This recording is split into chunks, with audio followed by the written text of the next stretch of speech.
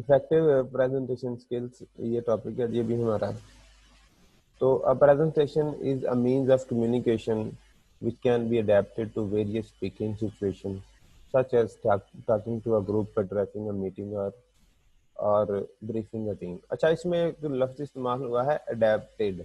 Adapted का मतलब होता है बच्चों माहौल के मुताबिक किसी चीज को अपना लेना, इसे अडेप्टेशन कहते हैं। फॉर एग्जाम्पल जैसे आप देख लें एम्फीबियंस जो होते हैं इनकी अडेप्टेशन ये है कि ये दोनों पानी और खुश्की दोनों में रह लेते हैं, और यही वजह है कि इनके स्पीशीज ज्यादा पाई जाती हैं।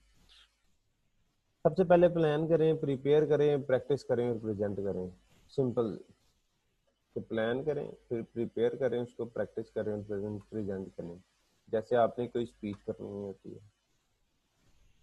प्लानिंग में अब क्या चीज़ आ जाती है जी? प्लानिंग में आ जाती है जी, देखते हैं कि आपकी ऑडियंस कौन सी है, वो क्यों आई है, और आपका गोल क्या है। किसी को इम्प्रेस करना है आपने आपने किसी को जो है वो ये गाना है सोई हुई नींद से, और कितना टाइम है आपके पास और कहाँ होगा ये। ठीक हो गया कि नहीं? तो ये सारी चीज़ें जो हैं ये डिपेंड करती हैं unity of time, place and person, कि लोग कहाँ होंगे, कब होंगे, कैसे होंगे और क्यों होंगे। ठीक है जी। ये वो चीज़ है जिसको मद्देनजर रख के कोई भी मूवी, ड्रामा, फिल्म, कुछ भी लिखा जाता है। फिर आ जाती प्रेपरेशन, इसका एक स्ट्रक्चर बनाएं, स्टार्ट, उसका मिडल, उसका एंड। स्ट्रक्चर बनाएं, उसके बाद फिर अगर आपके पास कोई विजुअल एड आपने चलानी है, वहाँ पे कोई तस्वीरें दिखानी है, कुछ भी दिखाना है, कोई पम्फलेट देने हैं, आपकी आवाज़ कैसी होगी, अपीयरेंस कैसी होगी, स्टाइल कैसा होगा। जैसे आजकल देख रहे हैं मोटिवेटर जो होते हैं ज्यादा, अब वो चीख के बात करें तो लोग समझते हैं कि शायद बहुत अच्छी जो है ये बात कर रहा है। इसी तरह जो है वो लोग कुरान को बहुत ऊंची सारी पढ़ जाते हैं। तो स्ट्रक्चर है जी, ऑब्जेक्टिव, बिगिनिंग और इंट्रोडक्शन, और मेन कंटेंट आपका क्या है। ये डिपेंड करता है कि आप प्रेजेंट क्या कर रहे हैं, उसके मुताबिक आप सारा कुछ जो है वो डिजाइन करते हैं, उसका स्टार्ट, बिगिनिंग और उसका सेंटर और उसका एंड। इंट्रोडक्शन होता है जी, इंट्रोडक्शन में आपने ऐसी बातें करनी होती हैं कि ऑडियंस जो है वो सारी की सारी क्या करें वो। फॉर एग्जाम्पल एक दफ़ा ऐसा था कि मैं एक स्कूल में पढ़ाता था, तो वहाँ पे जो है वो बच्चे 3-4 हज़ार बच्चे थे। तो अब वो बच्चे खेलना शुरू हो गए, प्रोग्राम लेट हो गया। अब जनाब होस्ट ने आगे कहना शुरू कर दिया जी, अब जो है वो आए जी, वापस आए बच्चे, वापस ना आए। अब जब तक बच्चे नहीं आ सकते तो प्रोग्राम शुरू नहीं हो सकता था। तो वो फिर मैंने उनसे कहा कि इन्होंने ऐसे नहीं आना, एक गाना चलाओ या गाना किसी से गवाओ। तो वो फिर हमारे स्कूल में सिंगर था, उससे हमने गाना चलवाया है। और वो जैसे ही उसने भी गाना शुरू किया, बच्चे खुद भाग के आगे सीटों में बैठ गए। तो इसी तरह जब आप कोई भी टॉपिक शुरू करें, उसमें आपने ऑडियंस की अटेंशन फुल ग्रैब करनी होती है।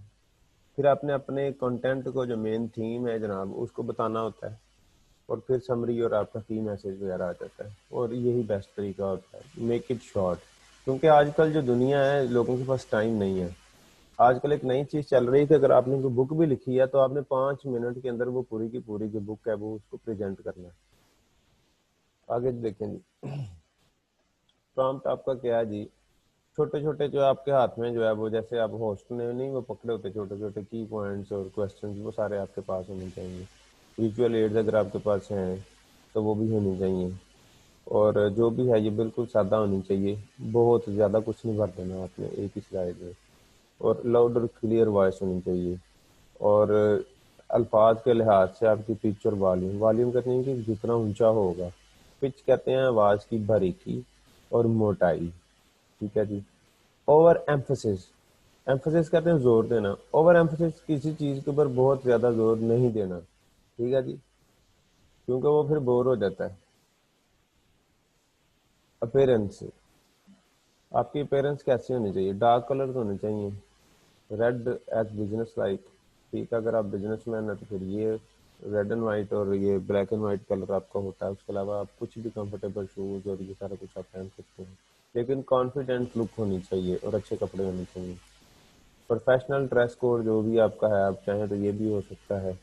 अगर आप कुछ भी, ये डिपेंड करता है आप क्या कर रहे हैं। फॉर एग्जाम्पल अब आप देखें, अभी यहाँ पे कॉलेज में जो थी वो कॉन्वोकेशन थी, तो सबने गाउन पहने हुए थे। जो कुछ भी हमने पहना था तो गाउन पहने हुए थे। उसके अलावा you already have a style, don't try to copy इधर, बिल्कुल सही बात है। आपका जो स्टाइल है आप उसके ऊपर चलें, बी योरसेल्फ, जो आप हैं वैसे होना चाहिए। जैसे आप ये देख लें कि अगर कोई यहाँ पे इंग्लिश बोलता है ना, तो वो बड़ा अजीब सा ही अपना लहजा कर लेता है, जबकि होना क्या चाहिए, we should speak in English as we were speaking in Urdu. हम जिस तरह उर्दू में बात कर रहे थे उसी लहजे में हमें इंग्लिश में बात करनी चाहिए। हमें पता भी नहीं चलना चाहिए कि ये हम शिफ्ट कर रहे हैं एक लैंग्वेज से दूसरी लैंग्वेज में। ये शिफ्ट जो है ये जितनी ज़्यादा जो है स्मूथ होगी उतने ही कॉन्फिडेंट आप लगेंगे। ठीक है जी। कई लोग ऐसे होते हैं वो अंग्रेजी को हाथ तो डाल लेते हैं तो अपने आप को वक्त डाल लेते हैं, तो ऐसे नहीं होना चाहिए। If you can not talk in English you should not talk in English. अच्छा जी, प्रिपेयरिंग मटेरियल क्या है जी, हैंड आउट्स हैं, पर्सनल नोट्स हैं, इंटरनेट है, जहाँ से दिल करता है आप इकट्ठा करें। ठीक है, फिर प्रैक्टिस करें शीशे के सामने खड़े होकर बार बार, उसको परफेक्ट करें, रिहर्सल करें, प्रेजेंट करें। ठीक है जी, 2 3 4 मिनट जितने भी हैं आप उसको प्रेजेंट करें। जेस्चर, आई कांटेक्ट, जब से सबसे ज़्यादा ज़रूरी जो चीज़ है वो आपका आई कांटेक्ट है। बिल्कुल ऑडियंस की तरफ आपने देखना है। और जैसे खबरें नहीं पड़ी जाती है, एक नज़र नीचे एक नज़र ऊपर, ये भी ठीक है, ये चल जाता है आजकल। ठीक है, चेहरे के ऊपर जो है वो हल्की सी स्माइल होनी चाहिए, और आपका जो स्टार्ट है वो बड़ा स्ट्रांग होता है। अगर आपने स्टार्ट अच्छा कर लिया है फिर आप जितने मर्जी ब्लंडर करें, डजंट मैटर एट ऑल। ठीक है जी। और ऐसा नहीं होना चाहिए कि आप प्रेजेंट कर रहे हैं और आधी आवाम जो है वो सोई हुई है। ठीक है जी। अगर आप कोई बात कर रहे हैं और अगला सो गया है, तो अगर आप कुछ रीड कर रहे हैं और अगला सो गया है, तो लिटरेचर की लैंग्वेज में से कहते हैं डेड। तो पीपल शुडंट बी डेड जी। उसमें जो मेन चीज़ें होती हैं, लैक ऑफ एक्सपीरियंस होता है, एंथुसिज्म जज्बा होता है, प्रैक्टिस होती है, रिलेटेड मटेरियल नहीं होता, लैक ऑफ कॉन्फिडेंस और hesitation. What is hesitation? Hesitation का मतलब होता है कि आप रुक रुक के कोई बात करते हैं, और इसका मतलब ये क्यों होती है, ड्यू टू कंफ्यूजन, आप कंफ्यूज हैं, ड्यू टू पजल, आपको पजल है। ठीक है जी। जैसे एक बंदा था ना, तो उसको किसी ने कहा जी, उसने कहा यार मैंने तकरीर करनी है बहुत सारे लोगों के सामने। उसने कहा तुम ऐसा करो, गोभी के खेत में चले जाओ, वो गोल गोल उनको सारी समझना। ठीक है, उनको क्या करना, उनको समझना ये लोग ही बैठे हुए हैं और तुम अपनी बात कर लेना। उसने ऐसा ही किया जनाब, वो हफ्ता जाता गोभी के खेत के सामने खड़े होकर तकरीर करके आते थे। अब हुआ क्या, हुआ ये कि जब वो बिल्कुल लोगों के सामने गया तो he got puzzled and confuse. तो फिर उसने माइक में कह दिया जी, गोभियां गोभियां होंगी ने, बंदे बंदे होंगे ने। राइट। तो लैक ऑफ एक्सपीरियंस जो है उससे ये चीज़ें होती हैं। बेशक आप फर्स्ट टाइम ही जाएं लेकिन किसी को नहीं पता कि आप फर्स्ट टाइम आ रहे हैं। तो control your self. Then ambiguity. Ambiguous क्या होता है, आप कोई ऐसी बात करें कि जिसमें एक से ज्यादा मतलब निकले। डबल मीनिंग की मैं बात नहीं कर रहा, वो पन्स होते हैं। Ambiguity, there are 7 types of ambiguities.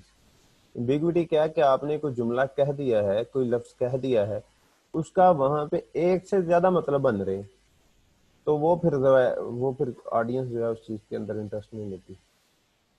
तो फैक्टर्स क्या हैं, सबसे पहले प्रिपेयर्ड हो, प्रैक्टिस हो, टॉपिक पे ग्रिप हो, सब्जेक्ट का पता हो, पॉजिटिव हो, स्ट्रेस ना लें, टेंशन ना लें, बस बोलें। ठीक है जी। और हमेशा प्रिपेयर करें, और अपना जो फेयर है उसको फेस करें, अपनी ऑडियंस के साथ इंटरेक्ट करें, क्वेश्चन करें उससे। तो that is it. If you have any question you may ask.